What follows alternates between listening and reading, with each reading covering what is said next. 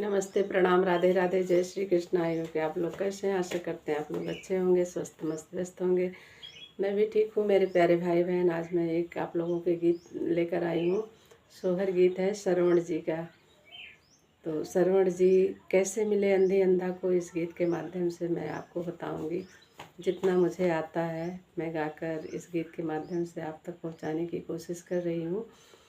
तो आप लोग थोड़ा सा समय निकाल कर हमारे चैनल पर आइए और विजिट कीजिए, सुनिए और कमेंट में बताइए गीत कैसा लगा सोहर जी का, श्रवण जी का। नहीं समझ में आता है तो आप लोग अपना सुझाव दे सकते हैं। और भी रोहित वगैरह का गाने का फरमाइश करना है तो आप लोग कमेंट के माध्यम से बोल सकते हैं, क्योंकि बहुत कम ही लोग ऐसे सोहर श्रवण जी का, रोहित जी का कम ही डालते हैं। बाकी तो ऐसे सोहर गीत सभी लोग गाते रहते हैं। तो जैसा होगा आप लोग बताइएगा। चलिए, ज़्यादा समय ना लेते हुए मैं अपने सोहर को शुरू कर रहे हैं। आप लोग बने रहिए वीडियो में। अरे 12 बरिस तप कीने हो के गंगा जी के घट वायर दुई नौ परानी, अरे दुई नौ परानी हो मोरी बहिनी 12 बरिस तप करे हो के गंगा जी के घट वायर दुई नौ परानी, अरे दुई नौ परानी हो मोरी बहिनी बीती गाए 12 अहो सलिया हो के फल नाही पावई, अरे फल नाही पावई हो मोरी बहिनी बीती गाए 12 हो बरिस वाके हो फल नाही पावई, अरे जल भरी रोवई, अरे नए नन रोवई हो रतियम बोले अंधी स्वामी से हो सुनाऊ मोरे राजा हो सुनाऊ मोरे राजा हो मोरे राजा नहीं सुख लिखा हो लीलरवात फल कैसे पाऊ बर फल कैसे पाऊ बाई हो मोरे स्वामी आज डूबी मरबे माझ धरवा हो के गंगा के किनारवा हो के गंगा के किनारवा हो मोरे राजा आज डूबी मरबे माझ धरवा हो के गंगा के किनारवा हो के गंगा के किनारवा हो इतनी बचन बोल अंधी तऊ डोल इंद्रासन हो की डोल इंद्रासन हो मोरे राजा अंधी के पूरा वो मनोरथ, अरे देव लोक ही लय, अरे देव लोक का पाई हो मोरे राजा अंधी के पूरा वो मनोरथ हो कि तप बड़ा कीन्ही हो तपस्या बड़ा कीन्ही हो इतनी बचन सुन ब्रह्मा हो के गंगा से अरज कर, अरे गंगा से अरज कर हो मोरी बेटी जात्यु नयंदी के समानवा हो पुरावा हु मनोरथ अरे पूरा वो मनोरथ हो। मोरी बेटी जात्यु नयंधी के समान मारे पूरा वो मनोरथ, अरे पूरा वो मनोरथ हो। इतनी बचन सुनी गंगा हो तो भाई है प्रगट वही, अरे भाई है प्रगट वही हो। मोरी तिरिया घोर कठिन तप की हो बतावा, काऊ चाही हो बतावा, काऊ चाही हो। मोरी तिरिया घोर कठिन तप की हो बतावा, काऊ चाही हो मनोरथ हम पूरब हो। मनोरथ हम पूरब हो। नैना बिन भाए जग अन्हार हो, ललन बिन कोखिया हो, ललन बिन कोखिया हो। मोरी मैया के न दई है लोटा भर पानिया हो, बुढ़ापी कैसे बीती है हो, बुढ़ापी कैसे बीती है हो।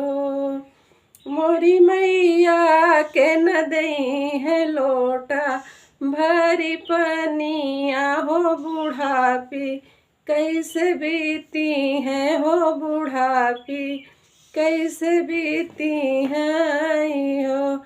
इतनी बचन सुन गंगा अरे जिया रा दुखित भय, अरे जिया रा दुखित भय हो। मोरी तिरिया जाऊ नयाप नहीं घर का हो, ललन सुख पाऊ बिहु हो, होरिल सुख पाऊ बिहु हो। मोरी तिरिया जाऊ नयाप ने सजन घर, अरे लालन सुख पाऊ बिहु हो, होरिल सुख पाऊ बिहु। 8 माह नाव बीते अरे सर मर जनम ले, अरे सर मर जनम ले हो। मोरी बहिनी होई गाय अंधी के घर हो, मोरी बहिनी जली गाय अंधी के घर दिया ना हो तो जिया रा सुखिया भय, अरे जिया रा खुशी भाई हो। मोरी बहिनी जली गाय अंधी के घर दिया ना हो कीजिए रा खुशिया भय, अरे बड़ा अहो सुखिया भाई हो।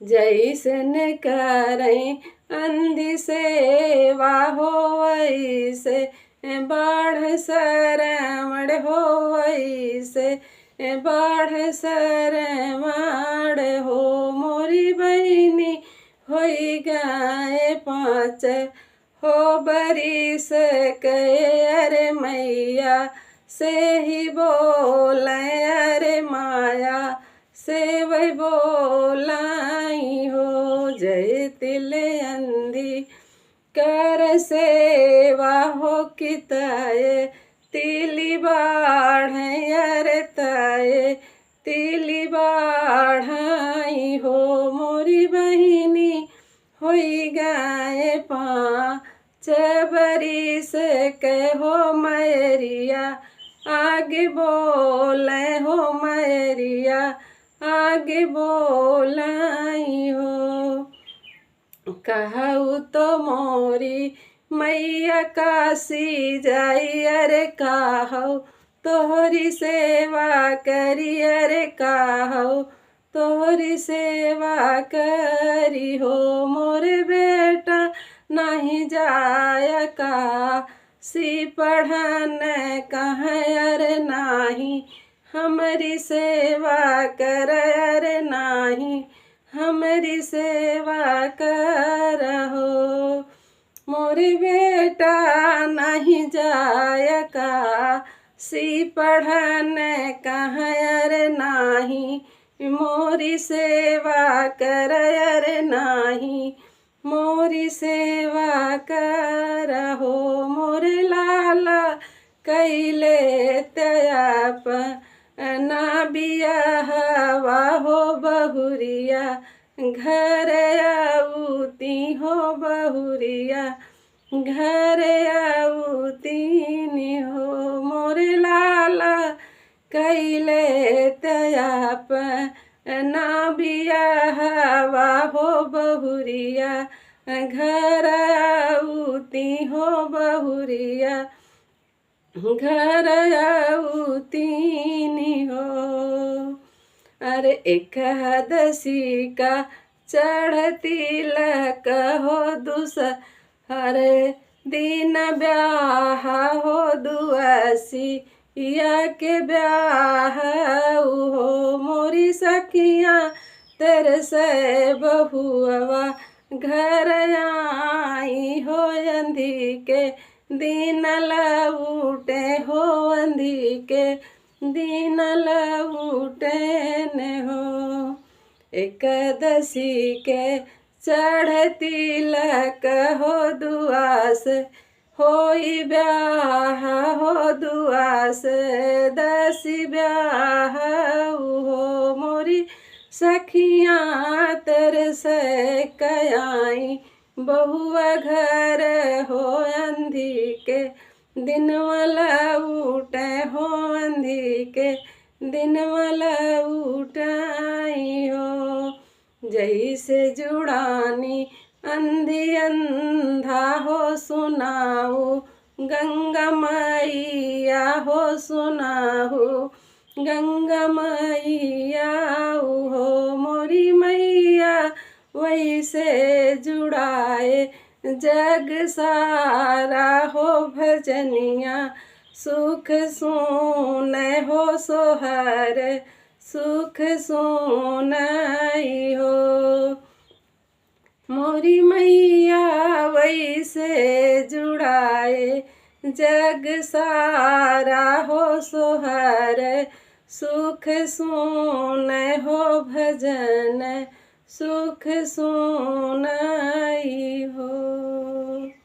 मेरे प्यारे दोस्तों, ये है श्रवण का सोहर गीत।